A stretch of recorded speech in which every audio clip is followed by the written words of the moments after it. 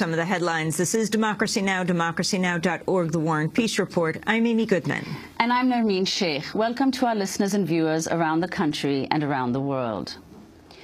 President Obama and Republican challenger Mitt Romney will hold their second debate tonight at Hofstra University on Long Island.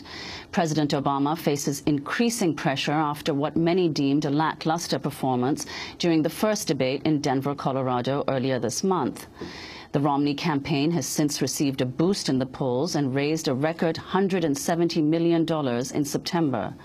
Recent polls show the rivals are tied.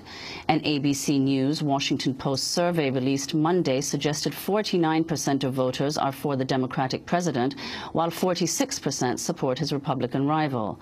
On the campaign trail over the last week, Obama slammed Romney for recanting on many of his previous positions. These days, Mitt Romney is for whatever you're for.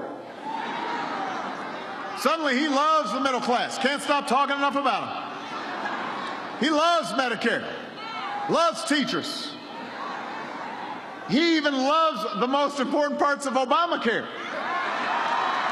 What happened? Meanwhile, Republican vice presidential candidate Paul Ryan campaigned in his home state of Wisconsin and attacked the president for his handling of the national debt. The president came into office saying he would cut the deficit in half in his first term. He's given us 4 years of trillion-dollar deficits. He has added almost more public debt than almost all previous presidents combined. During this election season, as the Republican and Democratic candidates square off in the official debates, Democracy Now! Has broken the sound barrier by expanding the debates to include the voices of third-party presidential contenders who were shut out, giving them equal time to respond. Tonight's debate is the first this election to use the town hall format, featuring questions moderator Candy Crowley of CNN. She selects from the audience.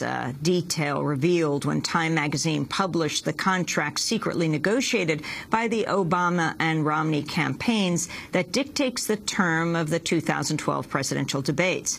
Tonight, Democracy Now! Will continue our expanded coverage, this time from Hofstra University, where the debate is being held.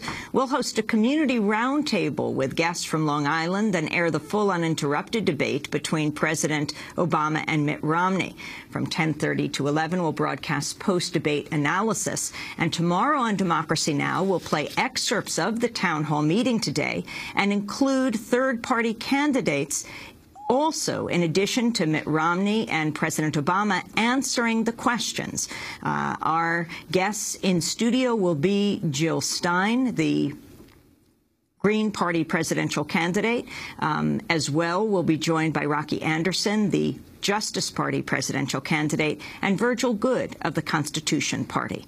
But right now, to talk more about the debates themselves, we're joined by two guests. George Farah is the founder and executive director of Open Debates. He's also author of No Debate, How the Republican and Democratic Parties Secretly Control the Presidential Debates. And we're joined by Glenn Greenwald on the West Coast, columnist and blogger for The Guardian newspaper, author of With Liberty and Justice for Some, How the Law is Used to Destroy Equality and Protect the Powerful.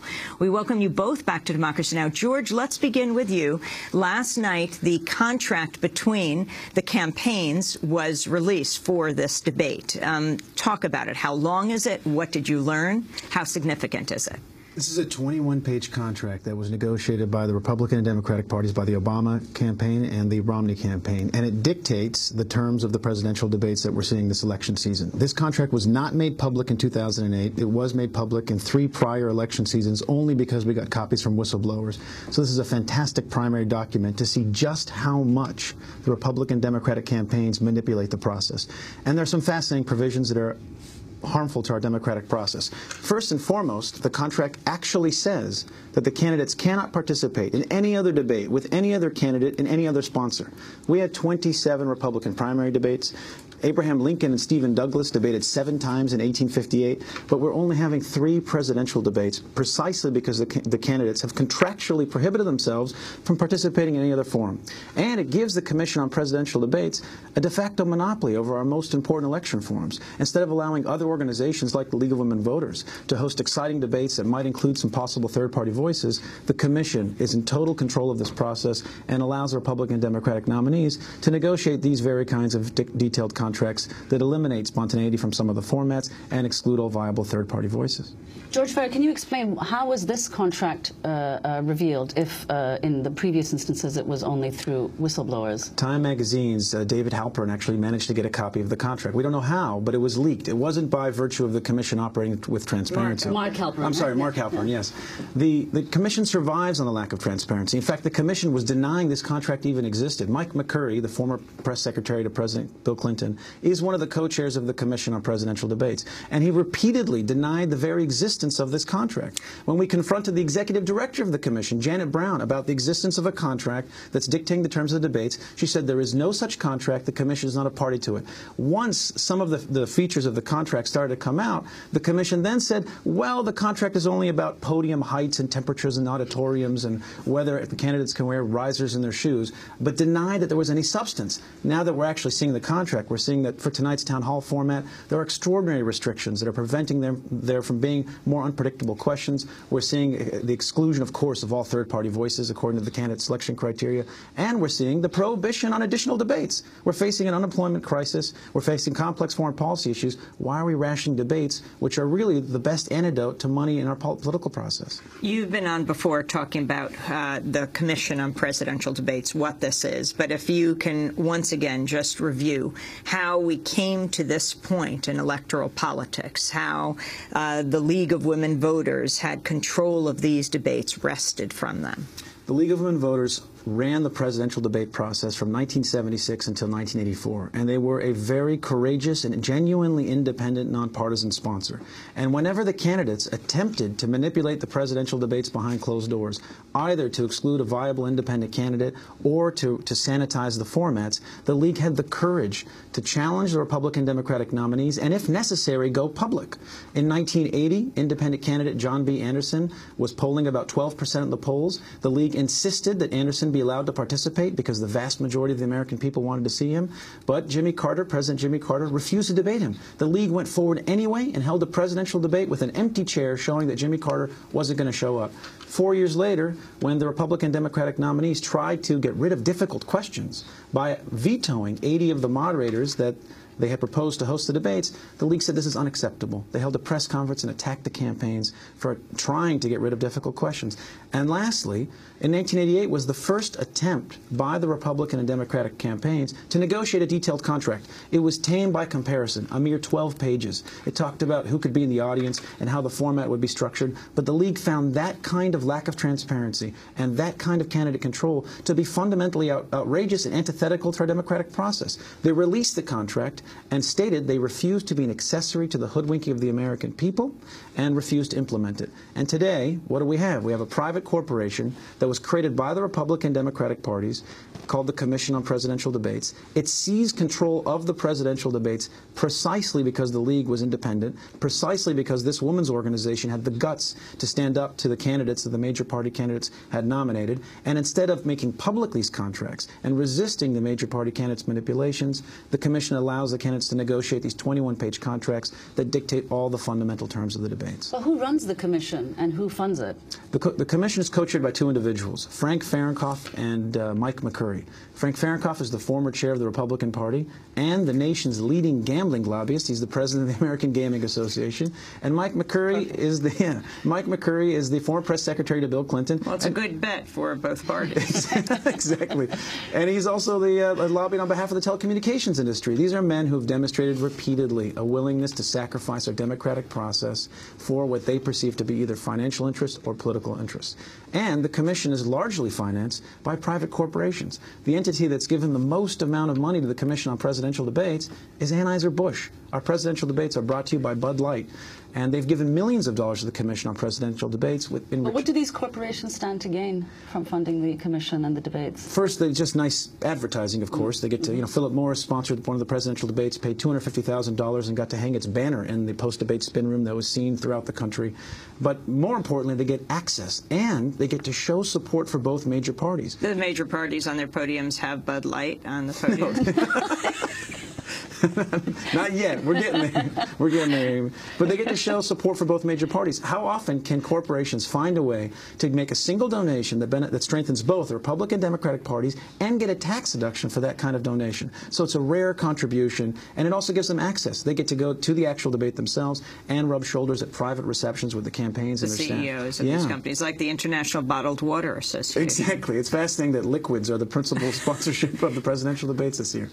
Well, after the contract was revealed yesterday, a member of the commission, Newton Minow, and the former chairman of the Federal Communications Commission defended the criteria, at least for the exclusion of the vast majority of candidates. He said there are 410 candidates, let me repeat, he said, 410 candidates for president registered with the Federal Election Commission.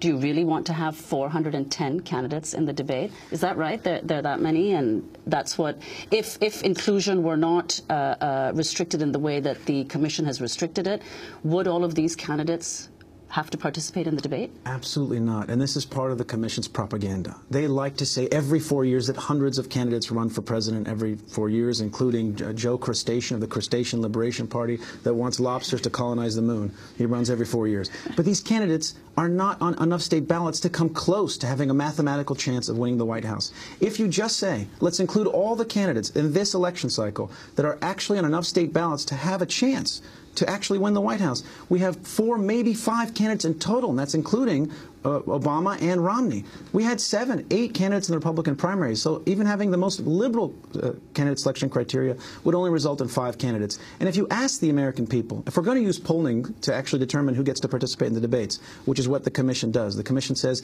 a candidate must reach 15% in the polls to participate in the presidential debates, which, if you apply that criteria historically, excludes every third-party candidate for the last 100 years from any conceivable presidential debate. But if we're going to use polling criteria, why not simply ask the American people, who do you want included in the presidential debates? Speaking on MSNBC's Morning Joe on Monday, Mark Halperin said both the Obama and Romney campaigns had expressed concerns about the role of the moderator in tonight's town hall session. Candy Crowley, who's moderating the town hall on Tuesday, has got a unique challenge as compared to the other moderators. The commission and the campaigns want this to be driven by the questions that come from the people chosen by Gallup to ask questions, citizens who are likely voters. And both campaigns have been struck, as has the commission, by some of the interviews that Candy has done, talking about her role and what she envisions her role to be. The campaigns and the commission envision a much more limited role than they've heard her describe. And things are a bit in flux. It's clear that the campaigns have asked the commission, as I report, to check with Candy to say, you know, do you get the fact that we think this should be a very limited role, very few follow-ups, basically just traffic cop after an audience question. And it remains a little bit unclear at this point about if she envisions this role the way the commission and the campaigns do, or whether she wants to play a more active role in following up after they've answered the question from the citizen. That's Mark Halperin of Time, who released the contract between the Obama and Romney campaigns, George Farah, talking about the candidates' concerns about the role Candy Crowley will play. The town hall debate we're going to see tonight is the most constrained and regulated town hall debate in presidential debate history. The first town hall debate was introduced in 1992, and no one knew what anyone was going to ask. None of the audience members were going to ask. The moderator could ask any follow-up questions. It was exciting and it was real. Well, President George H.W. Bush stumbled in response to an oddly worded question about the federal deficit, and the campaigns have panicked and have attempted to avoid that kind of situation from happening again. In 1996, they abolished follow-up questions from the audience. In 2004, they began requiring that every single question asked by the audience be submitted in advance on an index card to the moderator, who can then throw out the ones he or she does not like. And that's why the audience has essentially been reduced in some ways to props, because the moderator is still ultimately asking the questions. And this election cycle is the first time that the moderator herself is prohibited from asking follow-up questions, questions seeking clarification. She's essentially reduced to keeping time and being a lady with a microphone. It's interesting you say that, because Carol Simpson was just on from ABC talking about what the role of women in these debates. You had Martha Raddatz, who was the questioner of the vice presidential candidates, not the presidential candidates, and then Candy Crowley holding the microphone. Now, of course, she can choose the questions this morning as she's going to be reviewing them, and the person who's called on, I suppose, doesn't have to ask that question. We don't know exactly. Who knows what kind of spontaneity is going to happen? But there is something ugly about having the League of Women Voters losing control of the presidential debates to the commission, co-chaired by two men who then reduce all female moderators to kind of sideshows and trivializing their role in the actual presidential debates. We're going to come back to this discussion. We're talking to George Farah. He's Executive Director of Open Debates. I'm Amy Goodman with Nermeen Sheikh. We'll be joined by Glenn Greenwald as well when we come back.